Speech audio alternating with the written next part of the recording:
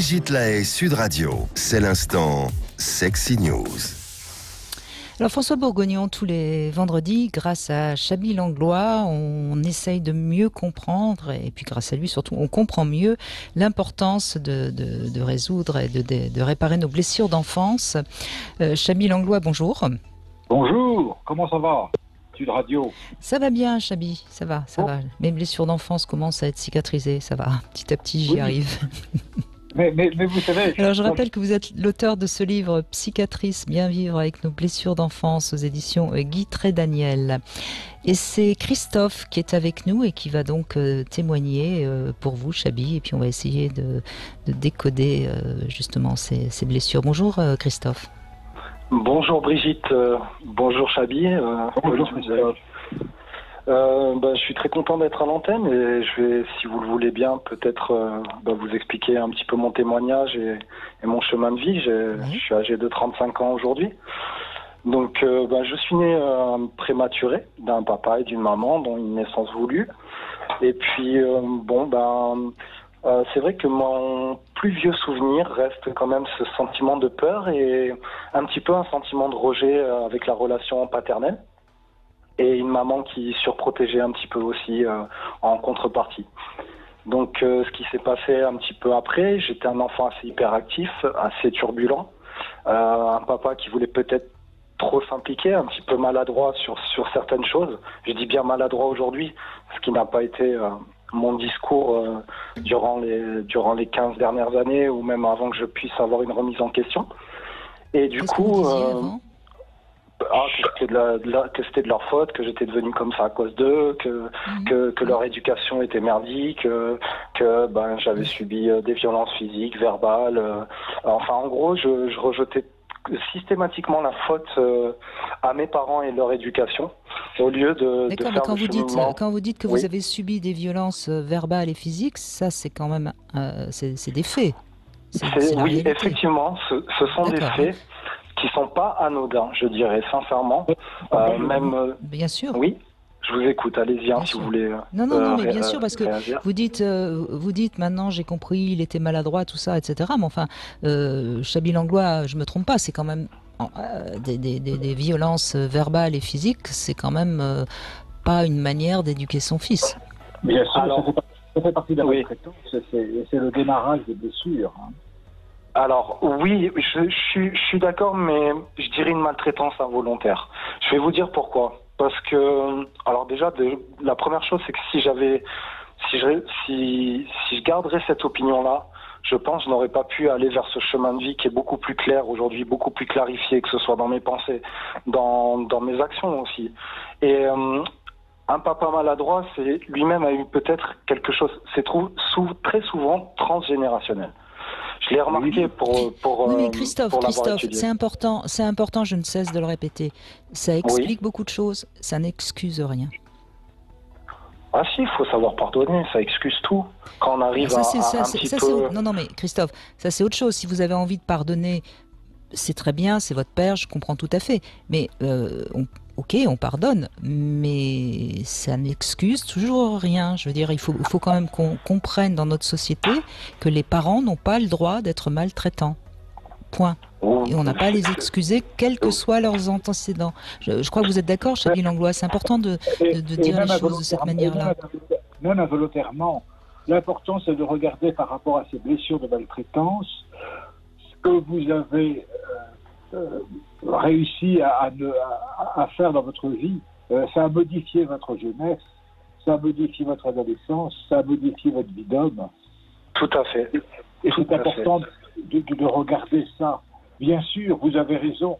Un jour, vous pardonnerez, et vous avez déjà commencé à pardonner. Mais attention que ce pardon n'arrive pas trop vite. Il est important, avant de pardonner, d'accuser. Même si c'est douloureux d'accuser, il est important d'accuser parce que vous n'êtes responsable de rien.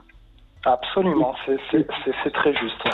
C'est important de se dégager d'abord de cette culpabilité d'enfant qui pense que c'est de sa faute si papa tape. Hein. Voilà. Et si je peux poursuivre, déjà je prendrai une phrase de Sigmund Freud qui dit, c'est pour ça que je parle peut-être de maltraitance involontaire, il n'y a pas vraiment de diplôme pour être parent. On fait quand même de son mieux. Parfois, on peut avoir des maladresses qui ont des conséquences, effectivement, sur la vie jusqu'à son terme. Mais, et c'est là où j'adresse un message aux auditeurs et aux auditrices, j'ai eu très peu de violences physiques, beaucoup de violences verbales. Je me souviens, mon prêtre me disait les coups de fouet meurtrissent la chair, les paroles brisent les os. C'est vrai que ces paroles, elles restent assez indélébiles parfois. Mais sur un travail, après, bon, vous imaginez un petit peu une adolescence avec une expérience, quelqu'un qui est un petit peu livré à lui-même, en quête d'identité, gros problèmes d'addiction qui sont réglés aujourd'hui, un manque de confiance en soi, une capacité à fuir toujours les problèmes au travers d'un produit ou autre, et une façon de s'exprimer qui était justement liée tout le temps à la violence, une sorte d'usurpation d'identité. Jusqu'à un moment donné où, avec les produits et tout le reste, à l'âge adulte, ce sentiment d'autodestruction ne devient plus supportable. Et je pense que l'introspection qui en suit, si on en a les capacités, en se faisant aider par une psychothérapie, en se faisant aider par un médecin psychiatre, et non pas par des médicaments, je tiens vraiment à mettre le point là-dessus, parce que moi-même, je suis rentré en hôpital pour enlever l'ensemble des médicaments qui n'avaient déjà pas réglé mes problèmes, mais qui avaient plutôt tendance à les aggraver. Ça, c'est vraiment important. Et ce travail-là d'introspection, d'essayer de comprendre certaines choses. Moi-même, maintenant, aujourd'hui, je suis père.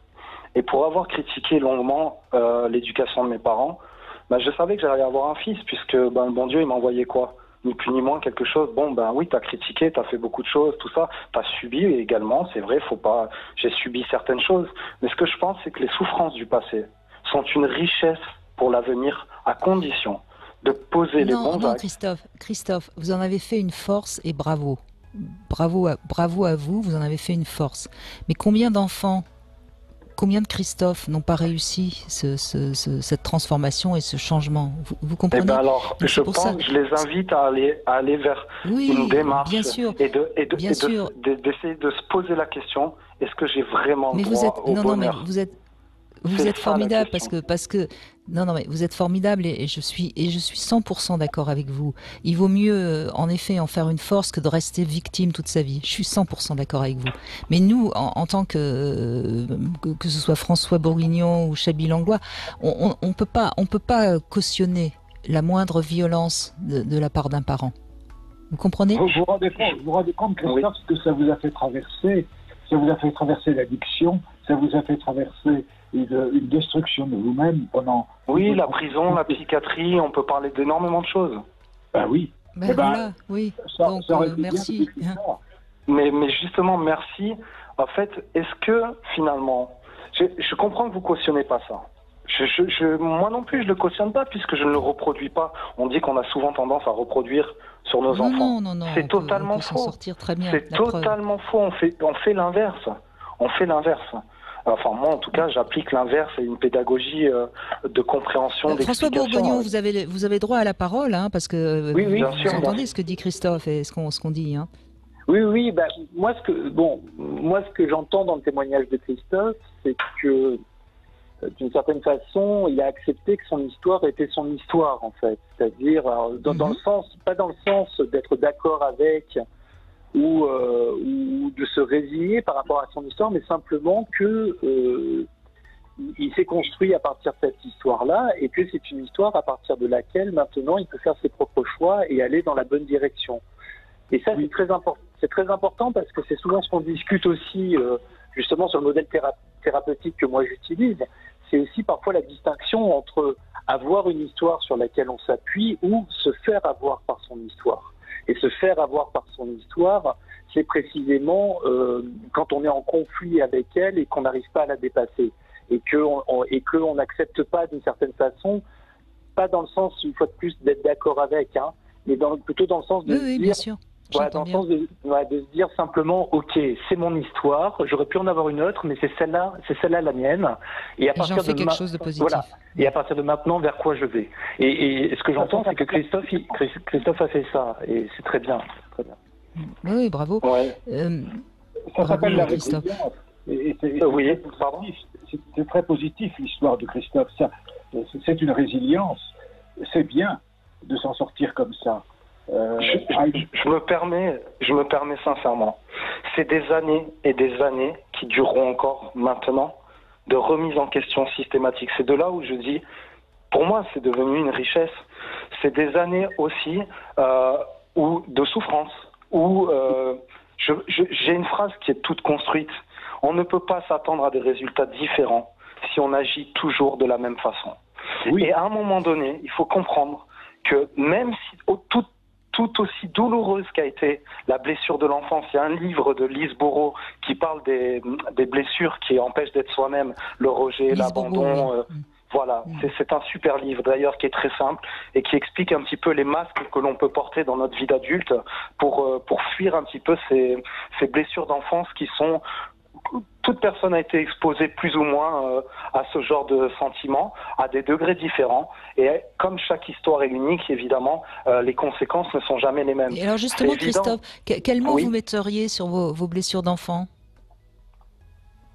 Quel mot je mettrais sur mes blessures d'enfant? L'humiliation, non, le rejet, un sentiment de rejet, une carence affective paternelle, mais qui se manifeste en fait différemment de ce que moi j'attendais avec mes yeux d'enfant.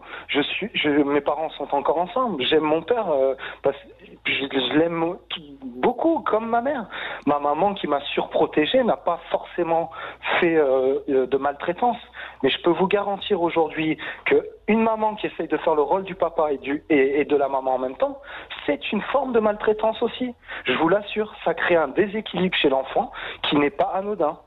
Ça crée une dépendance affective. Vous voulez dire, oui, c'est ça. Vous voulez dire que du coup, vous étiez trop proche de votre maman. Il y avait une sorte de évidemment, fusion, ça crée un déséquilibre parental. D'un côté, un papa assez dur et ferme, et d'un autre côté, une maman qui aimait tout autant, mais surprotectrice, crée un déséquilibre psychologique chez l'enfant, qui fait que... Oui, et c'est sans doute ça d'ailleurs qui vous a poussé vers l'addiction. Vers toutes les addictions possibles et imaginables, sincèrement, avec toute la souffrance que cela peut causer.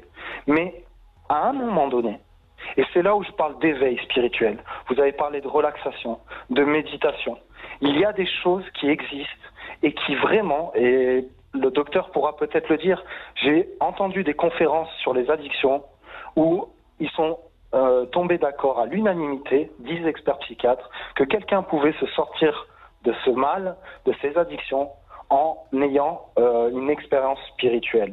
L'expérience spirituelle, elle se traduit par beaucoup de choses, de la relaxation, de la méditation, des voyages, rencontrer d'autres personnes, d'autres cultures. Christophe, je vais vous faire sourire. Christophe, ouais, je vais vous faire sourire. Moi, je dis souvent que quand on est alcoolique, au lieu de continuer à s'abîmer le foie, mieux vaut avoir la foi.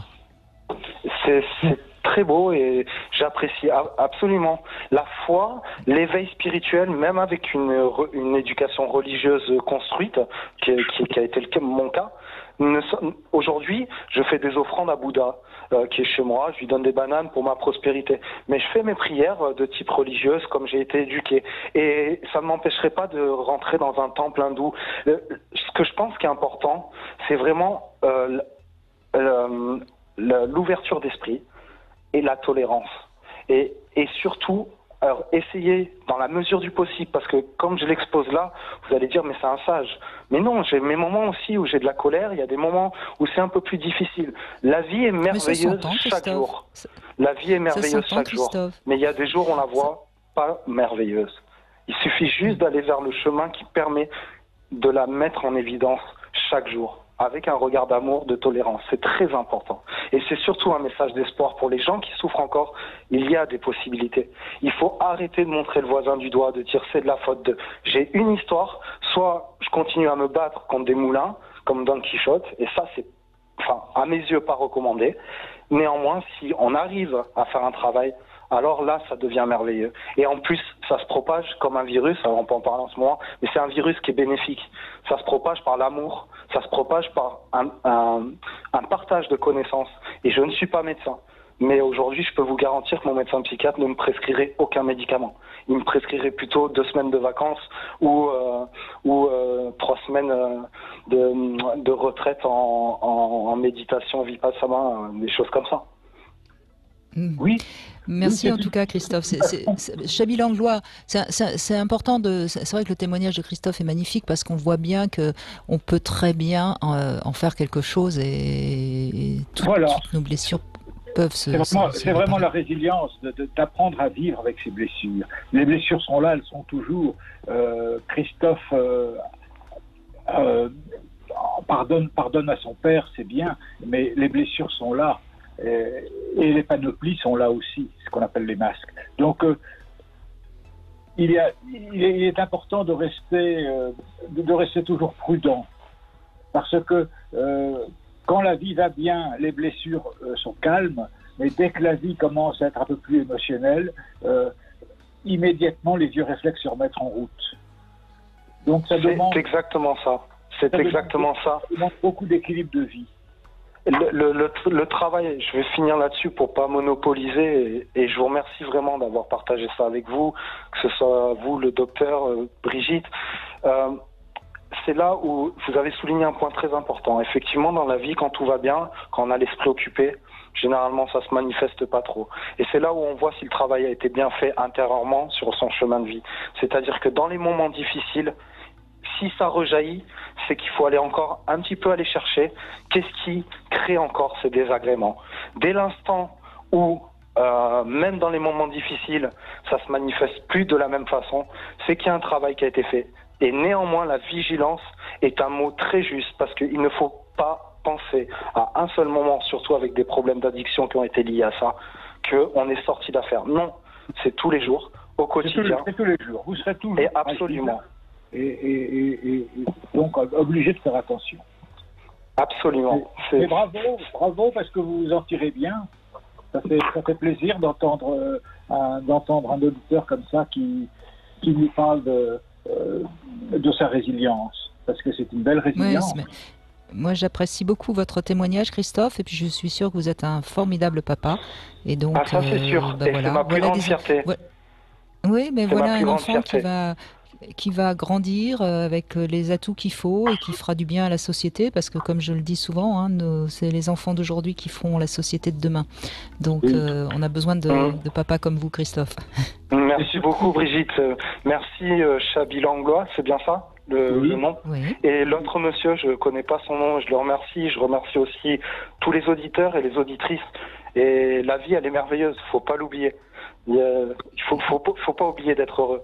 N'oubliez pas d'être heureux, c'est important.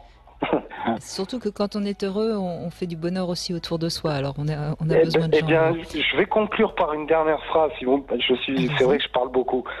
Vous savez, la personne la plus importante, c'est moi. Vous pourrez croire que c'est mon fils, mais non, ça marche pas. Si on fait les choses pour les autres, et c'est là où aussi le travail, on en revient à un travail d'introspection, de remise en question. Si moi je vais bien, je peux que faire le bien autour de moi. Si moi je m'investis dans quelque chose pour une autre personne, à un moment donné je vais m'oublier. Si je m'oublie, je vais me faire du mal. Si je vais me faire du mal, je pourrai pas propager le bien autour de moi. Je ferai de mon mieux. Voilà. Et dans la vie, c'est un peu ça.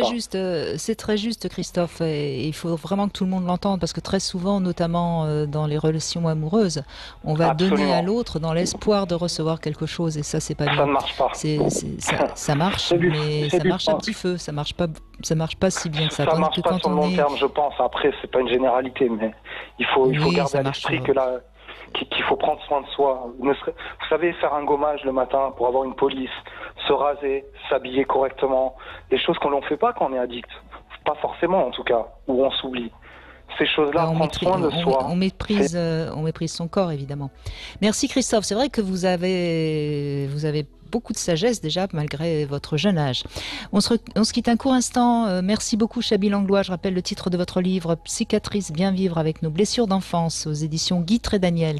Et dans un instant, on retrouve François Bourguignon avec vous, bien sûr, sur Sud Radio. Appelez-nous au 0826 300 300. À tout de suite. Sud Radio. Sud Radio. Parlons vrai. Parlons vrai. Parlons vrai. Parlons vrai. Parlons vrai.